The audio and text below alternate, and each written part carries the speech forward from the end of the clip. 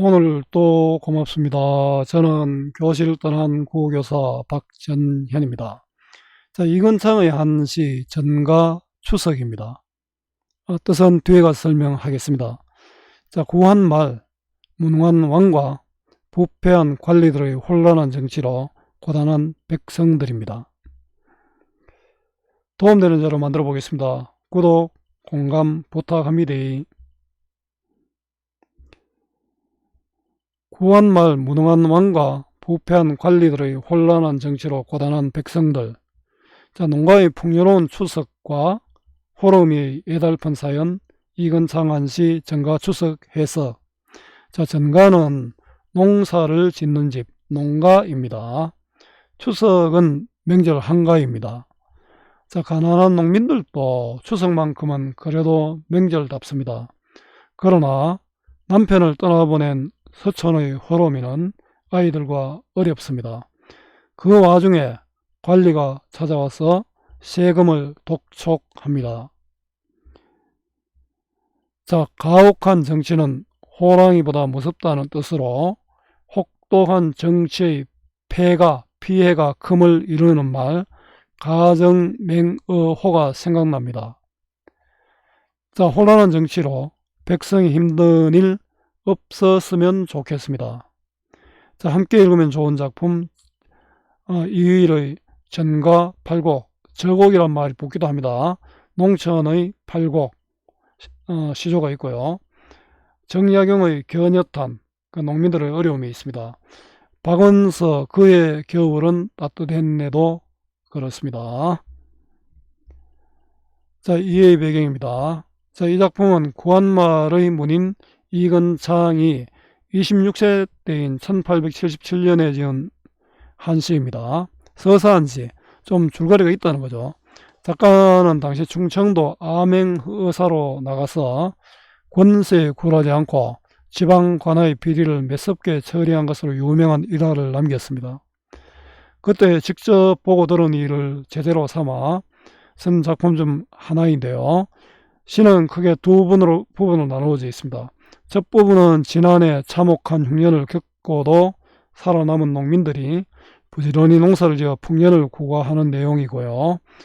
여기서 지난해는 1876년인데 병자년 기근이라 하여 조선 후기에 가장 혹심했던 흉년을 기록했던 해입니다.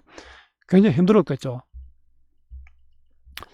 둘째 부분에는 슬쩍 분위기가 어둡고 슬퍼집니다. 유복자를 아는 과부의 사연이 진술됩니다. 그의 남편은 굶주려 죽을 지경인데도 끝까지 종자로 쓸 곡식을 먹지 않고 보관하여 봄에 논에 파종하고 곡식을 가꾸다가 기운이 다해 목숨을 잃었습니다. 자, 굶주려 죽은 남편의 시신은 땅속에서 썩어가고 남편이 자신의 목숨을 희생해 심은 곡식은 무럭무럭 자라나는 역설적인 장면은 당대 농민들이 겪어야 했던 비극적 상황을 절절하게 보여줍니다. 자, 한눈에 보기입니다. 서술 주체. 자, 화자와 진술 내용이 바뀝니다. 서술 주체가 달라진다는 거죠. 마을 사람들이 이야기합니다. 지난해 큰 흉년을 견디고 올해 풍년을 맞은 농민들이 풍성하고 흥성거리는 모습을 보여줍니다. 자, 작품 유복자를 아는 호러미가 이야기가 나옵니다. 이게 또 화제가 됩니다. 지난해 큰 흉년 탓에 굶주리며 농사를 짓다 쇠하게 져 세상을 떠난 불쌍한 남편 이야기를 합니다. 그 다음에 마지막에는 작품 밖 서술자가요, 마을 사람들의 흥겨운 모습과 호러미의 가련한 모습을 한꺼번에 보여주고 현실을 외면하고 가혹하게 세금을 거두는 비인간적인 정치 행태를 관찰해서 보여줍니다. 이런 일이 참 많았습니다. 자, 감상해 보겠습니다. 서울이야 부귀한 사람들 모인 곳이라 철따라 명절을 챙기지만, 자, 서울 부자들은 추석 말고 다른 명절도 다 챙긴다. 시골 빈천한 사람들 추석 같은 명절 또 있으랴. 자, 시골 사람들은 추석만 겨우 챙긴다. 명절이 또 없다는 뜻이죠. 서리적 표현으로 추석 같은 명절이 없음을 강조하고 있습니다. 자, 서울과 시골을 대조해서 시골의 추석 의미를 부각하고 있습니다. 추석만으로 한번 세워보자, 이런 계절이겠죠. 가을날 햇빛이 맑게 비치고 가을밤 달이 밝게 떠서. 자, 가을 낮과 밤의 아름다운 가을을 요 시각적 이미지죠. 햇빛이 과 달을 활용해서 시각적 이미지로 형상하고 있습니다. 풍경이 참으로 아름답지만 우리들 위해 만들어진 건 아니지. 이건 뭡니까? 우리들은 서술자, 여기는 시골 마을 사람들입니다. 자, 시골 마을 사람들은 이 풍경을 즐길 여유가 없다. 자, 이 풍경은 아름다운데 이 풍경을 보고 있을 여유가 없잖아요. 그 풍경은 농민을 대조해서 소외감, 박탈감을 드러내고 있습니다. 이 농민의 목소리를 지금 전개되고 있습니다.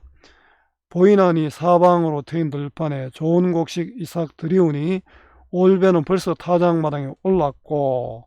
자, 지금 가을 들판이 지금 황금 들판이 되어가고 있죠. 올배는 일찍 익는 배입니다. 일찍 익는 배는 벌써 타작했다. 자, 풍성한 수확을 한다는 그런 뜻이고요. 자, 벼만 아니라 콩과 팥도 따로 거두고 마당가에 해바라기 씨도 털어내고 뒷뜰에서는 알밤을 깐다. 여기 보면 동사죠. 거두다, 털어낸다, 깐다. 동사를 활용하여 풍성한 가을 농민들의 활기찬 모습을 동적 이미지로, 이거 가만히 있는 게 아니잖아요. 역동적 이미지로 생동감 있게 표현하고 있습니다. 동그란 질화로에 고주백이 벌겋게 타올라. 고주백이는 땔감입니다. 땔감으로 사용하는 나무 덩치, 뭐 그냥 장작이겠죠. 벌겋게 타올라. 그 불타오르는 모습이 시각적, 동적 이미지로 제시되고 있죠. 밥 짓고 국 끓여서 온 가족 실컷 먹고 마시네. 모처럼 이제 배부르게 먹는다는 거죠. 풍요로움, 가을의 풍요로움이 나타납니다. 한번 배가 부르며 기분이 늘어져서 떠들썩 이런저런 이야기꽃 피네. 아주 분위기 좋죠? 평화로운 가족의 모습입니다. 지난해 큰 흉년을 만났을 젠 아주 죽어 못 살 듯 싶더니만 아마 죽지 못해서 살았지만 금년엔 대풍이 들었다. 자, 지난해 아주 대기근이 있었죠. 금년엔 대풍이 들었다. 하늘이 사람을 영영 죽이실 리 있겠나. 자, 죽이실 일 없다. 그게 서리적 표현으로 강조합니다. 농사가 잘 된 것을 하늘의 뜻으로 생각하는 순박한 농민의 모습입니다.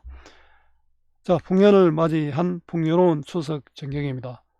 자, 뒷부분도 달라집니다. 앞마을엔 막걸리 거르고 뒷마을엔 누렁소 잡는데. 자, 풍년이 든 해 추석을 즐기는 농민들의 모습이죠. 이거는 비슷한 구절의 반복이니까 대꾸죠. 또 반복적 표현입니다. 비슷한 구절의 반복적 표현, 이런 거 우리 대꾸법이랍니다. 홀로 사는 서촌의 어느 집에 섭디섭게 밤새도록 곡을 하는 곳.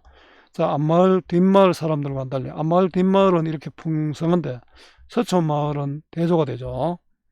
곡하느니 누군가 물어보니 유복자. 유복자는 태어나기 전 아버지를 잃은 자식입니다. 홀음이라네. 남편 없는 아내죠. 자, 화자가 지금 홀음이를 지금 관찰하고 있는 겁니다. 서방님 살아 계실 적엔 화자가 변합니다. 위에는 화자인데 다른 작품에 등장하지 않는 화자인데 여기는 바로 우리들에서 지금 호러미로 바뀌었습니다. 호러미의 시각으로 지금부터 나옵니다. 서방님 살아 계실 적, 자, 호러미가 이야기하는 겁니다. 두 식구가 이 한 집 지켜. 두 식구는 남편과 아내죠. 문전의 멍석만한 땅에서 아주 가난한 처지죠. 문 앞의 좁은 땅, 가난한 처지에 자, 매해 벌어서 근근히 풀칠하였는데 이런 거 우리 호구지책이라 하죠. 겨우 끼니를 먹었다. 관련성은 호구지책이 있습니다. 자, 가난한 살림에서 그저 겨우 먹고 살아가는 방책입니다. 겨우 먹고 살았는데 지난해 가을설이 일찍 내려. 지난해는 흉년이 들었습니다. 가을설이가 내려보면 식물이 안 자라거든요. 그래서 이제 딸 것도 없습니다. 배도 떨어지기 때문에 수확할 것도 없습니다. 비로 쓴 듯 콩 반쪽도 구경 못했다오. 지난해 흉년 때의 상황이고요. 겨와 밀기울 송기, 겨는 껍질이고 밀기울은 밀찌꺼기고 송기는 소나무 껍질입니다. 소나무 껍질을 섞어 먹어도 요 농민과 관련된 소재를 활용하여 생생하게 상황을 보여줍니다. 겨울나기 부족하였지요. 먹을 것이 없었다는 겁니다. 봄이 오자 부잣집에 가서 나락을 구걸하여 한 줌 얻어다가, 나락은 벽시입니다. 뱁씨를 구걸해 한 점 얻어다가 한 톨도 먹기 아까워 고스란히 간직했다 종자로 쓰고 나니, 종자는 씨앗이잖아요. 그 씨앗을 소중히 여기는 남편이죠. 남편이 이렇게 씨앗을 소중히 여기고 그 먹지 않았다는 거죠. 배도 고픈데. 근력은 날로 쇠약해지고 위와 창자 날로 오그라들고 먹지 못해서 아픈 남편입니다. 굶거나 먹거나 함께 하는데, 같이 굶고 같이 먹었는데, 아내와 남편은 같이 굶고 같이 먹었는데 이 몸은 나무덩치처럼 모진지, 나는 나무덩치, 이건 호르미를 비유하고 있죠. 직유법입니다. 나는 모질인지 그래도 지금 살았는데 호련히 서방님만 저 세상으로 보내어 앞산개슬에 내 손으로 묻었다고. 남편의 죽음이죠. 앞산에 묻힌 사람 썩어갈 때 논에 심은 곡식은 익어갔다고. 남편은 죽고 곡식은 이어갔잖아요. 남편은 곡식의 대조적 상황을 통해 비극성을 부각하고 있습니다. 배이삭 이건들 무엇하리요. 함께 먹을 남편이 없었기에는 상실감을 서리적 표현으로 지금 강조하고 있습니다. 참아보지 못해 문 닫고 들어앉아 차라리 따라 죽자 해도 젖먹이 어린 것을 두고 의하리. 죽지 못하는 이유죠. 자식 때문에 죽을 수도 없다. 자, 여기까지 서술자 호러미입니다. 서술자가 마을 사람들에서 호러미로 넘어왔습니다. 다음부터는 작품 밖 서술자입니다. 이 아이 비록 아비를 모르지만 이 아이는 유복자죠. 단 하나 서방님 혈육이니 아이를 품에 안고 영의 앞에 고하다가, 영의는 영혼을 모신 위패입니다. 우리 제사 지낼 때는 지방 쓰잖아요. 어떤 사진을 올리기도 합니다. 바로 그런 것을 말합니다. 말을 잊지 못하고 혼절하였는데, 아이를 품에 안고 위패 앞에 고하다가 말을 잊지 못하고 혼절하였는데, 혼절은 기절했죠. 정신을 잃었다는 겁니다.